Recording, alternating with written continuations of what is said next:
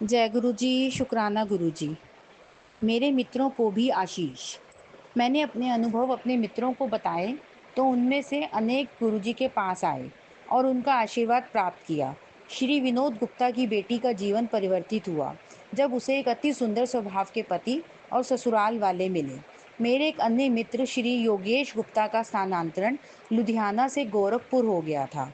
वह जीवन के एक कठिन दौर से गुजर रहे थे। गोरखपुर जाने से पूर्व उन्होंने गुरुजी के दर्शन किए, यद्यपि उन्होंने गुरुजी को अपनी समस्या से अवगत नहीं किया था। 11 माह में उनका स्थानांतरण गाजियाबाद हो गया। पड़पड़गंज में उनका मकान है और गुरु कृपा से वह घर वापस आ गए। इसी प्रकार श्री राजेश शर्मा की कंपनी उन पर झूठे अभियोग लगा रही थी। वह गुरुजी की शरण में आए और उन्हें शांति का आभास हुआ। उनकी कंपनी ने उन्हें मुकदमे के लिए अंतर्राष्ट्रीय वकील करने को कहा। उन्होंने कोई चिंता नहीं है। गुरुजी के पास आने के पश्चात कंपनी उन अभियोगों को भूल गई और वह अपने उसी पद पर सुखपूर्वक कार्यरत है। राजेश जालंधर में रहते हैं और वहां पर गुरुजी के मंदिर जाते रहते हैं। जय गुरुजी। वैवाहिक समस्या का अंत। मेरी सास अपने परिवार सहित 1 जनवरी 2005 को गुरुजी के दर्शन के लिए आई। पिछले 10 वर्ष से मेरी पत्नी के भाई आशीष का दाम्पत्य जीवन अत्यंत व्यथित रहा था। जून 2005 में स्थिति अति गंभीर हो गई और ऐसा लगा कि शीघ्र ही तलाक हो जाएगी। मेरी सास गुड़गांव आई और उन्होंने गुरुजी के पास जाकर दंपत्ति के सुखी जीवन के लिए प्रार्थना करी। 1 सप्ताह में ही दंपत्ति के मध्य आई समस्या स्वतः ही समाप्त हो गई। उसके बाद वह दोनों गुरुजी के दर्शन के लिए आए। उनकी कृपा से आशीष और उसकी पत्नी अब सुखपूर्वक रहते हैं और अपने पुत्र की एक साथ देखभाल करते हैं। विजय कुमार, पुष्कर्ण, गुड़गांव। जय गुरु जी। चित्र से उपचार। मेरे ससुर सेवानिवृत्त होने के पश्चात हरिद्वार में रहने लगे थे। वह मधुमेह से पीड़ित थे और उनके मधु की मात्रा कभी सीमा में रहती थी। यद्यपि उनके हृदय की चिकित्सा हो चुकी तथापि फिर भी रोग उन्हें बना हुआ था। उनका एक गुर्दा भी काम नहीं कर रहा था। एक दिन फोन आया कि वह गंभीर अवस्था में चिकित्सालय में है। मेरी पत्नी ने रोना शुरू कर दिया। अगले फोन के पश्चात आशा टूटने लगी। उनकी अवस्था और बिगड़ गई थी। मंगलवार का दिन था और हम गुरुजी के पास नहीं जा सकते थे। हमारा विश्वास समाप्त होने लगा। मैंने एक पुराने भक्त को फोन किया तो वह बोले कि गुरुजी को सबका ज्ञान है। इससे हमें आश्वासन मिला और हम सो पाए। गुरुजी की कृपा से बृहस्पतिवार को गुरुजी का एक चित्र मिला और अगले दिन ही हम हरिद्वार चले गए। चिकित्सालय में हमने स्थिति का अनुमान लगाया और मेरी पत्नी ने गुरुजी का चित्र अपने पिता को दिया। उन्होंने उसे अपने मस्तक से लगाया और अपनी कमीज के जेब में रख लिया। वह कभी भी गुरुजी के पास नहीं गए थे। तुरंत ही गुरुजी की सुगंध उस कक्ष में फैल गई और हम सबको आभास हुआ कि भौतिक दूरियां होते हुए भी वह अपने भक्तों के समीप होते हैं। हम लौट आए और 1 सप्ताह बीतने वाला था। चिकित्सक अब पक्षघात का अनुमान लगा रहे थे। चमत्कारिक रूप से सीटी स्कैन भी स्पष्ट था। चिकित्सक अचंभे में थे और बृहस्पतिवार को उन्होंने निर्णय लिया कि उनको निकट देखरेख के लिए 1 सप्ताह और वहां रखा जाएगा। उस समय तक कुछ भी हो सकता था। अगले दिन प्रातः मैं अपने कार्यालय में था। मेरी पत्नी ने फ़ोन किया तो मेरे मन में पहला विचार आया कि बुजुर्गवार लुढ़क गई। मेरा हाथ कांप रहे थे और अपनी पत्नी की बात नहीं सुन पा रहा था। मेरी पत्नी को दोबारा कहना पड़ा कि वह चिकित्सालय से घर आ गए हैं। वह रो रही थी और गुरुजी को बार बार अपना धन्यवाद प्रकट कर रही थी। शाम को जब हम गुरुजी के पास गए तो उन्होंने कहा कि उसके पिता की स्थिति पहले से बहुत अच्छी है। जब मेरे ससुर गुरुजी के दर्शन के लिए आए तो उन्हें गुरुजी ने एक और भेंट दी। उनकी पत्नी मेरी सास गठिए की रोगी थी। वह अपने पति के साथ गुरुजी के पास आई थी। जब वह वापस हरिद्वार गई तो उन्हें आभास हुआ कि बिना हाथ में दर्द हुए वह अपने पोते के लिए स्वेटर बुन सकती थी। यह महिला जिन्होंने अपनी समस्या के लिए गुरुजी से विनती भी नहीं करी थी, रोग से मुक्त हो गई थी। गुरुजी की ऐसी दया होती है। जय गुरुजी। वीरेंद्र बौरी। मन और दृष्टि से सुदृढ़। गुरुजी परमात्मा हैं, वह ईश्वर हैं। उनके पास आने से पूर्व मैं अत्यंत निराशावादी प्रकृति की थी। पर उनका आश्रम प्राप्त होने के बाद मैं बदल गई हूँ। मुझे प्रतीत होता है कि मुझे सुरक्षिता और शरण दोनों मिले हुए हैं। मेरे पति बीमा जगत के एक प्रमुख व्यक्ति के पुत्र को अत्यंत आश्चर्य हुआ जब गुरुजी ने उनके पिता के बारे में बताया। उन्होंने कहा कि उनके पिता खेरा बीमा समाज के एक प्रसिद्ध व्यक्ति हैं। गुरुजी के पास जाते रहने से मेरे पति की व्यापार संबंधी समस्याओं का निवारण होने लगा। 2 वर्ष पूर्व मुझे भी गुरुजी ने अपना आशीर्वाद दिया। मेरी समस्या अति विशिष्ट थी। मुझे अपनी आंखों के कोनों से दिखाई नहीं देता था। मैंने अनेक नेत्र चिकित्सकों के चक्कर काटे थे। मेरे दृष्टि पटल और अन्य परीक्षणों के सब परिणाम सामान्य आते थे। चिकित्सक उसका निदान नहीं कर पा रहे थे। जब मैंने गुरुजी को यह समस्या बताई तो उन्होंने ताम्र लोटा लाने के लिए कहा। जिस दिन से मैंने उसका जल पीना आरंभ किया, मेरी दृष्टि सामान्य हो गई। जय गुरुजी। नवजीवन दान। अकस्मात मुझे मूर्छा के दौरे पड़ने लगे। मैं स्नायु रोग, अस्थि रोग और मेरुदंड रोग के विशेषज्ञों के पास गई, परंतु कोई मेरी सहायता नहीं कर सका। 4 मार्च तक निरर्थक विशिष्ट विशेषज्ञों के पास जाने के पश्चात मैं तंग आ गई। सब स्कैन और एमआरआई तक हो गए, किंतु समस्या बनी रही। मुझे उदासी ने घेर लिया और मैं अपनी शैया की होकर रह गई। मैं कुछ भी कर पाने में असमर्थ थी। मैंने गुरुजी के पास जाकर कहा कि मैं रात को सो नहीं पाती हूँ और पूरे शरीर में कंपन बना रहता है। उन्होंने मुझे अपना आशीष देते हुए कहा कि मैं लंगर धीरे धीरे ग्रहण करूं। उनकी दया से मैं शीघ्र ही स्वस्थ हो गई। उसके उपरांत जब मैं उनके पास गई तो वह बोले कि उन्होंने मुझे नवजीवन प्रदान किया था। मेरे पति की को भी पीठ की गंभीर समस्या थी। वह कई महीनों से औषधियां ले रहे थे, किंतु उनका शूल बढ़ता ही जा रहा था।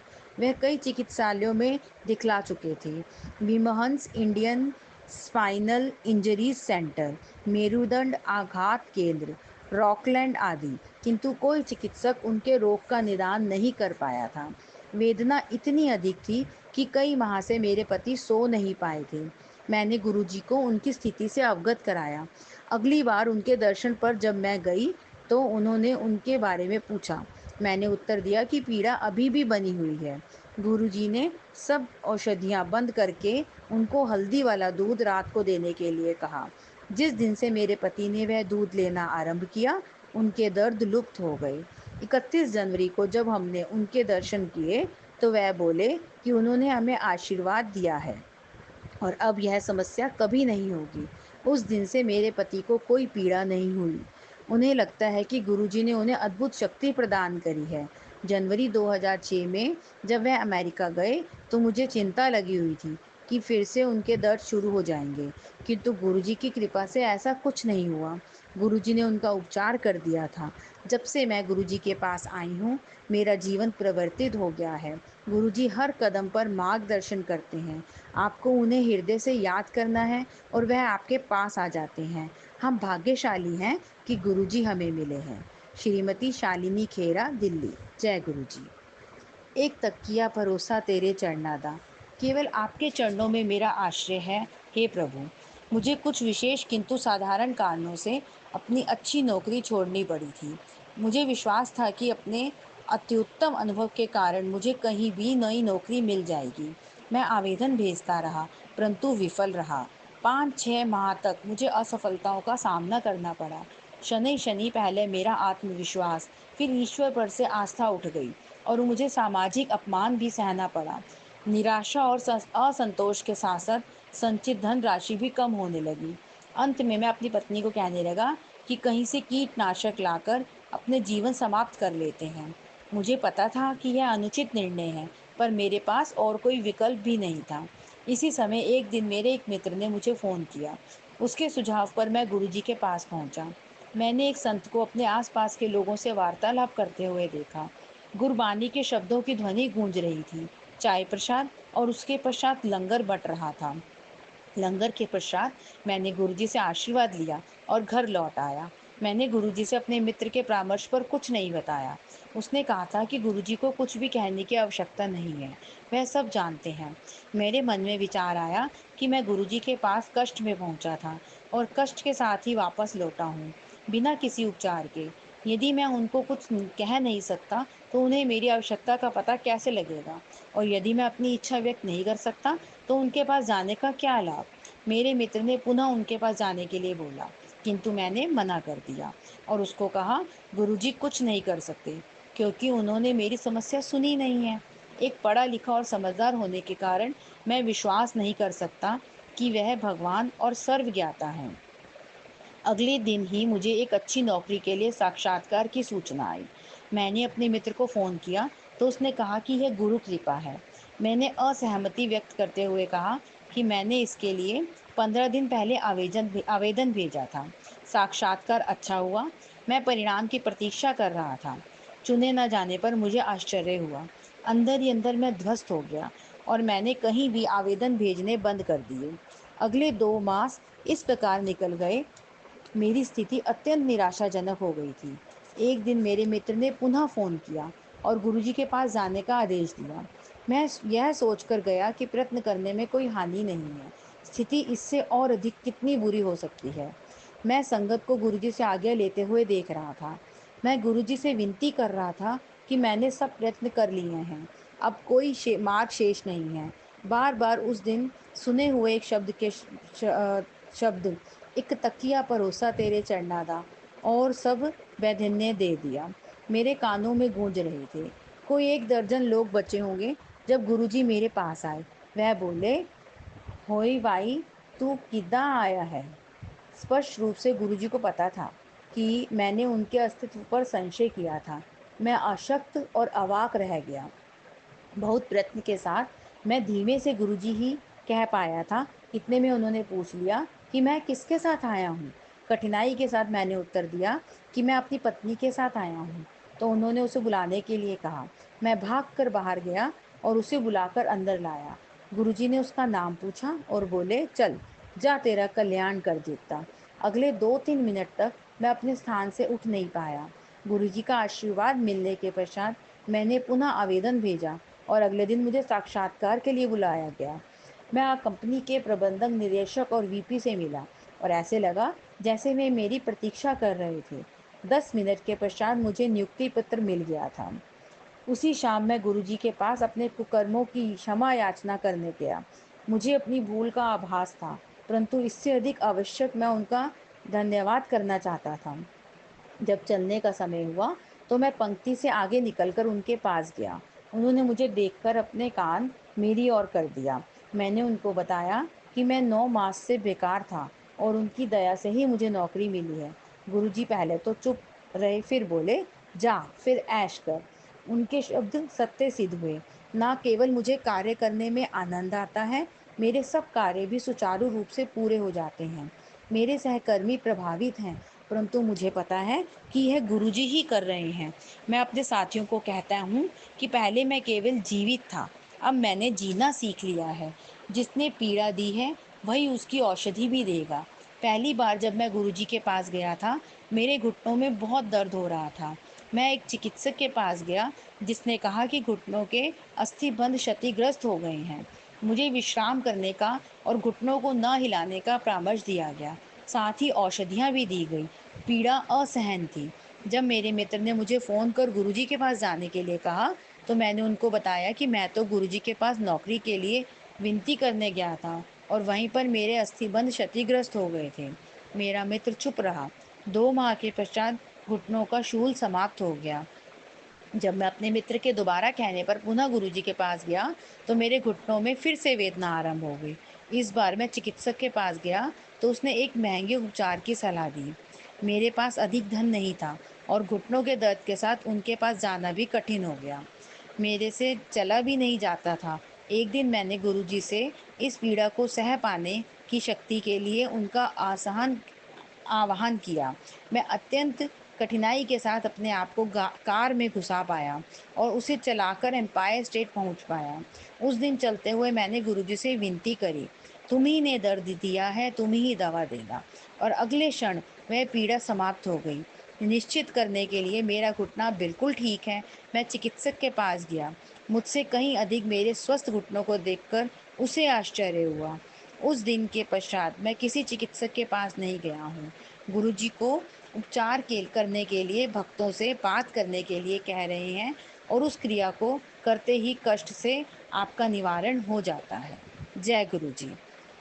मैंने धूम्रपान छोड़ा। मैं प्रतिदिन 30-35 सिगरेट पीता था और तीव्र अम्लता और उदर समस्या से पीड़ित रहता था।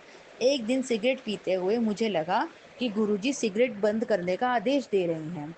मैंने सिगरेट का वह डिब्बा फेंक दिया। अब मुझे पता है कि गुरुजी ने ऐसा क्यों करवाया। मेरे चिकित्सकों ने बताया कि ऐसा ना करने से मुझे उदर व्रण हो सकता था, जो कालांतर में असाध्य कैंसर का रूप ले सकता था। रोग का उपचार उसके लक्षण आने से पहले ही हो गया। गुरुजी मेरे मित्र, दार्शनिक, पथ प्रदर्शक, चिकित्सक और अध्यापक हैं। मैं प्रतिदिन उनकी उपस्थिति का आभास कर सकता हूँ। वह भक्तों में उनके प्रिय रूप में प्रकट होते हैं। वह सब भूमिकाएं अत्यंत मनोहर ढंग से निभाते हैं। वह शिव हैं। प्रारंभ में वह यह अविश्वसनीय प्रतीत होता है। बचपन से हमें सिखाया गया है कि देवी देवता मनुष्य रूप में दिखते हैं। उनके 4 या 8 हाथ होते हैं और उनके वाहन कोई पशु या पक्षी होते हैं, परंतु यह केवल सांकेतिक चित्रण है। अतः हमें विश्वास करना अत्यंत कठिन हो जाता है कि हमने इस युग में जन्म लिया है, जब शिव इस पृथ्वी पर अवतरित होकर मानव जाति का भला करने स्वयं आए हैं। परंतु तथ्य सत्य है। संजीव कश्यप, गुड़गांव। जय गुरु जी। महापुरुष के चरणों में। मुझे गुरुजी के प्रथम दर्शन दिसंबर 1995 में हुए, जब मैं अपने एक घनिष्ठ मित्र श्री राजपूत के पुत्र विवाह पर आयोजित स्वागत समारोह भोज पर गया था।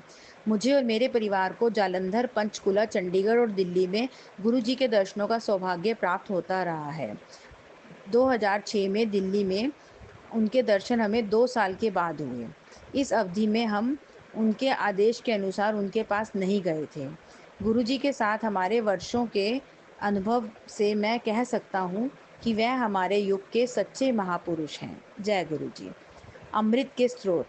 घटना 1998 की है, जब गुरुजी चंडीगढ़ में थे। मेरी पत्नी, मेरी पुत्रवधू और मैं उनके दर्शनोपरांत घर के लिए निकल ही रहे थे कि हमें वापस बुलाकर उनके कक्ष में ले जाया गया। गुरुजी ने कहा कि वे हमें आशीर्वाद देंगे। उन्होंने हमें अपना मस्तक, वक्षस्थल और कंधों के पीछे सूंघने के लिए कहा। हमें ऐसी सुगंध प्राप्त हुई जो पहले कभी नहीं मिली थी। ऐसा प्रतीत हो रहा था कि यह स्थल दिव्य अमृत के अनंत स्रोत हैं। उसी वर्ष मेरे दोनों टखनों में अत्यंत पीड़ा होने लगी। दर्दनाक औषधियाँ लेकर मैं पंचकुला में अपने पारिवारिक चिकित्सक के पास गया। परीक्षण से पता चला कि मेरे हीमोग्लोबिन का स्तर 13 से 14.1 से गिरकर मात्र 8.2 रह गया है। टखनों की वेदना को भूलकर उन्होंने इस पर ध्यान देने का परामर्श दिया। चिंतित सेक्टर 34 में स्थित चिकित्सालय और पीजीआई में दिखाया, किंतु कोई लाभ नहीं हुआ। तो मैं दिल्ली के साउथ एक्सटेंशन क्षेत्र में स्थित एक हीमोग्लोबिन विशेषज्ञ के पास गया। उन्होंने अनेक परीक्षण करवाए और पता लगा कि मेरा ESR 105 था, जो अत्यधिक उच्च माना जाता है। उनके विचार से मेरा निम्न हीमोग्लोबिन का संबंध अस्थियों से था। कोई अन्य विपरीत लक्षणों के अभाव में वह मुझे चिकित्सालय लेकर गए, जहां पर अस्थि मज्जा का परीक्षण होना था। जब हमें पता लगा कि यह रक्त कैंसर के लिए है, हम भौचक्के रह गए। परिणाम सोमवार की संध्या को पता लगने थे। मैं भयभीत था और मैंने चंडीगढ़ में अपने पुत्र को गुरुजी से मिलकर उनको स्थिति से अवगत कराने और मेरे जीवन के लिए प्रार्थना करने को कहा। आदरणीय गुरुजी ने मेरी पुकार सुनी और कहलवाया कि सब परिणाम आने पर हमारे और चिकित्सक सबके लिए अचंभे की बात थी। विशेषज्ञ ने 9 विटामिन निर्धारित किए और इस प्रकार मुझे प्रतिदिन 2 दर्जन से अधिक गोलियां और कैप्सूल खाने थे। अगले दिन मैंने चंडीगढ़ में गुरुजी की संगत में उनको विस्तार में बताया। गुरुजी महाराज ने मुझे सब औषधियाँ छोड़कर प्रतिदिन 1 गिलास अनार का रस और भ्रमण करने के लिए कहा। मैंने उनके निर्देशों का अक्षरशः पालन किया, किंतु दिल्ली में विशेषज्ञों को कुछ नहीं बताया। 1 माह के बाद जब मैं उस विशेषज्ञ के पास दिल्ली गया, तो मेरी स्थिति में अत्यंत सुधार था। उन्होंने औषधियों की मात्रा आधी कर दी अगले मास जब और सुधार दिखलाई दिया तो औषधियाँ कम से कम कर दी गई। गुरुजी को जब इतने सुधार के बारे में बतलाया गया तो उन्होंने अनार का रस बंद करने को, जीवन में आनंदित रहने और जब इच्छा हो विस्की पीने को कहा। उनकी दया से मैं उनके निर्देशों का पालन कर रहा हूँ और सामान्य जीवन व्यतीत कर रहा हूँ। जय गुरु जी। मुख्य अभियंता के पद पर मैं पंजाब सिंचाई विभाग से प्रबंध अभियंता के पद से 1992 में सेवानिवृत्त हुआ था। अपने सेवा काल में मैं 1995 से 1998 तक फाजिल्का में एसडीओ रहा था। फाजिल्का पाकिस्तान सीमा से केवल 4 किलोमीटर सीधी दूरी पर था। सितंबर 1995 में जब पाकिस्तान ने भारत पर आक्रमण किया था, नागरिकों में हलचल मच गई थी। प्रशासक होने के कारण मेरे कंधों पर बहुत उत्तरदायित्व था। महिलाओं और बच्चों को मलहौत के निकट भेजना था। कार्य शीघ्रता से किया गया था। उस अवधि में मैंने सेना के साथ भी कार्य किया और उनके साथ भूमि में खुदे हुए उनके बंकरों में भी रहा, क्योंकि शहर पर सीमा पार से बमबारी हो रही थी। असैन्य अधिकारी होते हुए यह मेरे कार्य क्षेत्र में नहीं आता था, किंतु मैंने ऐसे संकट भरे वातावरण में कार्य किया था। ऐसी सेवाओं के लिए पंजाब सरकार और रक्षा विभाग से मुझे प्रशंसा पत्र और समय पूर्व पदोन्नति मिलनी चाहिए थी, क्योंकि पंजाब सरकार ने ऐसा नहीं किया था। इस भेदभाव के लिए मैंने न्यायालय में आवेदन कर दिया था। जब से मैं गुरुजी से मिला था, वह मुझे सदा मुख्य अभियंता कहकर संबोधित करते थे। मैंने उनको बताया कि मैं प्रबंध अभियंता के पद से सेवानिवृत्त हुआ हूँ, पर उन्होंने कहा कि मुझे शीघ्र ही मुख्य अभियंता की पदोन्नति प्राप्त होगी। कालांतर में न्यायालय ने मुझे समस्त सेवा संबंधी सुविधाएं दी और गुरुजी के कथन के अनुसार पंजाब सरकार ने 2004 में विशेष अधिसूचना निकालकर मुझे मुख्य अभियंता का पद प्रदान किया। गुरुजी की दया मेरे समस्त परिवार पर बनी रही। 2002 से 2003 की शीत ऋतु में एक दिन मेरी पत्नी और मैं एम्पायर स्टेट में गुरुजी के पास रात्रि 2 बजे तक थे। सर्दी बहुत हो रही थी। बाहर निकलने के बाद मेरी पत्नी ने कहा कि पिछले 1.5 घंटे से उसकी बाईं हथेली में बहुत पसीना आ रहा है। उस समय कोई चिकित्सक मिलने का प्रश्न नहीं था और कुछ गड़बड़ अवश्य थी। अतः हम वापस गुरुजी महाराज के पास गए और उन्होंने समस्या से अवगत कराया। उन्होंने मेरी पत्नी का हाथ अपने हाथ में लिया और बोले कि कहाँ दर्द है? कोई दर्द नहीं है, जाओ आनंदमय रहो। उनके यह कहते ही वेदना समाप्त हो गई। अगले दिन जब हम उनके पास पहुँचे तो उन्होंने पीड़ा के बारे में प्रश्न किया। वह इतने दयालु हैं। इस भौतिक और माया मोह के संसार में एक सच्चे महापुरुष का दिव्य आश्रय प्राप्त करना अत्यंत कठिन है। संतों के विस्तृत परिवार से में एक को दूसरे से भिन्न करने वाले नियम तभी पता लग सकते हैं जब हम एक ऐसे संत के पास पहुँचे जिसके सदृश कोई और ना हो और वह ईश्वर के वास्तविक संदेश मानवता में फैला रहा हो। दूसरे के जैसे उसे धन और अन्य भौतिक वस्तुओं में कोई रुचि ना हो। वह अपनी असीमित शक्तियों का प्रयोग मानवता के कष्ट और चिंताओं को नष्ट करने में लगाए। श्री गुरुजी महाराज ब्रह्म ज्ञानी हैं और जो इस नश्वर संसार में भटके मनुष्यों को सही राह दिखाने और मोक्ष प्राप्ति के सही मार्ग बताने आए हैं। हम भाग्यवान हैं कि हमने उनके बारे में सुना और उनसे मिलने का अवसर प्राप्त हुआ और उनकी कृपा से ही उनमें आस्था है। यद्यपि वह मनुष्य रूप में आए हैं, वह मनुष्य नहीं है, वह तो गुरु नानक और शंकर का अवतार है। संतोख सिंह, चंडीगढ़। जय गुरु जी, शुक्राना गुरु जी।